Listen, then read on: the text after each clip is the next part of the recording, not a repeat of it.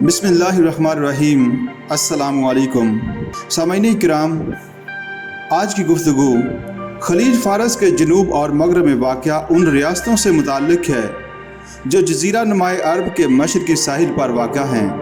یہ ممالک جدید تاریخ کے دائرے میں بہت دیر سے آئے، اس لیے ان کی جدید تاریخ بہت مختصر ہے۔ صدیوں سے ان میں معاشرتی زندگی ایک ڈھب پر رہی۔ لوگ بھیڑ بکریوں اور اونٹ پالتے تھے۔ 20ویں صدی کے وسط تک دنیا میں اور بالخصوص جنوبی ایشیا میں ہونے والی تبدیلیوں سے یہ خلیجی خطہ متاثر نہیں ہوا۔ 1940 کے بعد اس خطے میں تیل دریافت ہوا اور اس دریافت سے خطے کی تاریخ میں نئے باب کا آغاز ہوا۔ نہ صرف مشرق وسطی میں بلکہ دنیا میں اس کی اہمیت بڑھ گئی۔ متحدہ عرب امارات جزیرہ نما عرب سے مشرقی ساحل پر واقع ہیں۔ امارات کے شمال میں خلیج فارس ہے، مشرق میں عمان ہے، مغرب اور جنوب میں سرحدیں سعودی عرب سے ملتی ہیں۔ متحدہ عرب امارات 7 خلیجی ریاستوں کا وفاق ہے۔ وفاق میں 7 امارتیں شامل ہیں۔ نقشے میں مغرب سے مشرق کی طرف دیکھیں تو ان کی ترتیب کچھ یوں نظر آئے گی: Abu Dhabi, Dubai, Sharjah, Oman, Al Quwain, Ras Al Khaimah, Fujairah. وفاق کا کل رقبہ 83,600 مربع کلومیٹر ہے اور آبادی 1,44,569۔ سارا علاقہ لک و دک صحرا پر مشتمل ہے۔ سطح ریتلی اور پتھریلی ہے۔ مشرقی حصہ پہاڑی ہے۔ آب و ہوا گرم ہے۔ بارش بہت کم ہوتی ہے۔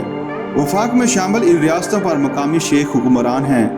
پچھلی صدی میں جب برطانیہ کا سیاسی اثر مشرق وسطی میں پھیلا تو اپنے تجارتی تحفظ اور سیاسی مفاد کے لیے برطانیہ نے ان حکمرانوں سے معاہدے کیے۔ اس مناسبت سے یہ ریاستیں معاہداتی ریاستیں کہلاتی ہیں۔ 1820 میں ان ریاستوں کے سربراہوں نے برطانیہ کے ساتھ ایک معاہدہ امن پر دستخط کیے۔ اس کے بعد اور بھی معاہدے طے پائے۔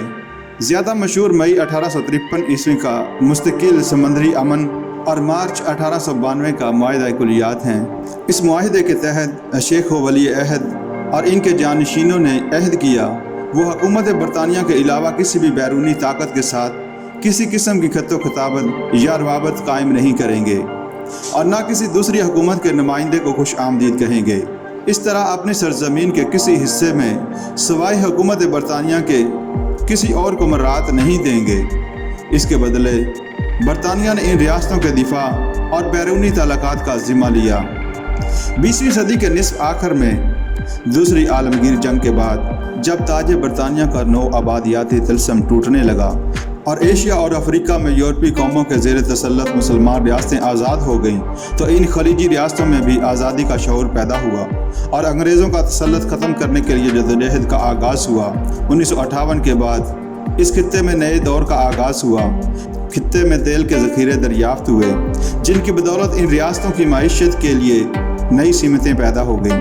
وفاق میں 2 ریاستیں ابوظہبی اور دبئی وسعت اور وسائل کے لحاظ سے خصوصی اہمیت رکھتی ہیں۔ ابوظہبی کے شیخ معیشت میں یکلخت تبدیل ہونے والی صورتحال سے عہد برآ نہ ہو سکے۔ 1966 میں ان کے چھوٹے بھائی شیخ زید بن سلطان النہیان امارات کے حکمران بنے۔ شیخ زید معاملہ فہمی اور اعلیٰ انتظامی صلاحیتوں کے لیے معروف ہیں۔ دبئی کے حکمران شیخ راشد بھی انتظامی صلاحیت اور جدید معاشی معاملات کا فہم رکھتے ہیں۔ 1971 میں برطانیہ نے اپنی فوجیں واپس بلا لیں۔ دفاع اور امور خارجہ سے متعلق سابقہ معاہدے ختم کر دیے گئے۔ 2 دسمبر 1971 میں یہ ریاستیں آزاد ہوئیں اور خود مختار ریاستوں کی حیثیت سے برطانیہ سے ایک معاہدہ دوستی طے پایا۔ پھر ان ریاستوں نے ایک وفاق کی تشکیل کی جس کا نیا نام متحدہ عرب امارات رکھا گیا اور شیخ زید بن سلطان النہیان اس کے صدر مقرر ہوئے۔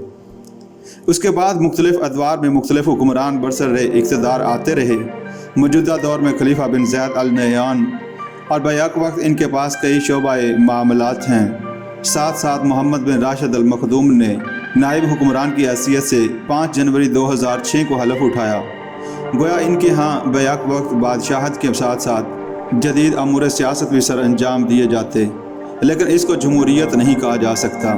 20ویں صدی کے وسط تک جزیرہ نما عرب کے اس مشرقی علاقے میں معیشت رایانہ اور بدوی تھی۔ لوگ بھیڑ بکریوں اور اونٹوں کی پرورش کرتے، سمندر سے مچھلیوں کے علاوہ موتی بھی حاصل کرتے۔ 1958 میں ابوظہبی میں تیل دریافت ہوا۔ اس دریافت سے خطے کی تاریخ میں نئے باب کا اضافہ ہوا۔ قوت کے یہ ذرائع وفاق کی اہم ترین پیداوار اور آمدنی کا سب سے بڑا ذریعہ ہیں۔ 1970-71 میں سمندر کی تہہ میں تیل دریافت ہوا۔ تیل کی پیداوار میں ابوظہبی کی اولین حیثیت ہے۔ وفاق میں 2 بڑی کمپنیاں ابوظہبی پیٹرولیم کمپنی اور ابوظہبی میرین کمپنی کام کرتی ہیں۔ عجمان اور القوین نے 1974 میں بیرونی امریکن کمپنیوں کو مراعات دی۔ زراعت محدود پیمانے پر ہوتی ہے۔ ابوظہبی میں پھل خصوصاً آم اور ترکاریاں آبپاشی سے کاشت کی جاتی ہیں۔ آبپاشی کے لیے پانی سمندر کے کھارے پانی کو صاف کر کے حاصل کیا جاتا ہے۔ عجمان اور راس الخیمہ کے پہاڑی علاقے میں گندم اور جو کی کاشت ہوتی ہے۔ القوین میں ماہی گیری کو ترقی دی گئی۔ صنعت تیل صاف کرنے اور تیل کی اشیاء بنانے کے کارخانوں تک محدود ہے۔ وفاق کا 40% تیل یورپ کے ملکوں خصوصاً برطانیہ کو، 20% جاپان کو بھیجا جاتا ہے۔ جدید دور میں متحدہ عرب امارات اپنے اندرونی و بیرونی معاملات میں کسی کی اجارہ داری کو تسلیم نہیں کرتا اور اپنی قدیم طرز سیاست پر زندہ ہے۔ متحدہ عرب امارات 7 دسمبر 1971 کو عرب لیگ کی ممبر بنی اور 9 دسمبر 1971 کو اقوام متحدہ کی رکنیت حاصل کی۔ وفاق کی بیرونی پالیسی کے اہم عناصر میں دوسری قوموں خصوصاً اسلامی ملکوں سے دوستانہ تعلقات رکھنا اور اسلامی ملکوں کو مالی امداد دینا شامل ہے۔ 1971 سے 1976 تک 6 سال کے عرصے میں وفاق کے اہم ممبر ابوظہبی نے قومی آمدنی کا 25% بیرونی امداد کے لیے مختص کیا تھا۔ اس امداد میں عرب ملکوں کی معاشی ترقی کے لیے رعایتی شرائح منافع پر قرضے شامل ہیں۔ عرب مانیٹری فنڈ کا صدر دفتر متحدہ عرب امارات میں ہے۔ برطانیہ سے دیرینہ تعلقات کی بنا پر اس سے تجارتی روابط بھی ہیں۔ 1976 میں متحدہ عرب امارات کی افواج کو بھی مشترک اور متحد رکھنے کے لیے سپریم ڈیفنس کونسل بنائی گئی، جسے ابھی بھی عرب دنیا میں اہم مقام حاصل ہے اور جدید دور میں بھی یہ عالم اسلام میں اہم کردار ادا کر رہی ہے۔ پاکستان اور امارات کے درمیان دوستانہ تعلقات ہیں۔ ان خلیجی ریاستوں کی نمایاں اہمیت۔ پاکستان نے جون 1971 میں دبئی اور ابوظہبی میں مشن قائم کیے تاکہ تجارت کے ذریعے باہمی تعلقات زیادہ مضبوط ہوں۔ اسی سال ان مشنوں کو بڑھا کر سفارت خانے اور کونسل خانے قائم کیے۔ بعد کے سالوں میں فروری 1972 تا دسمبر 1973 میں پاکستان کے صدر نے ان امارات کا دورہ کیا۔ وفاق کے صدر نے مارچ 1973 میں اور پھر مئی 1974 میں پاکستان کا دورہ کیا۔ 1974 میں دونوں ملکوں کے معاشی تعلقات کو فروغ دینے کے لیے ایک مشترکہ وزارتی کمیشن بنا، جس نے تجارت کی توسیع کے لیے سفارشیں پیش کیں۔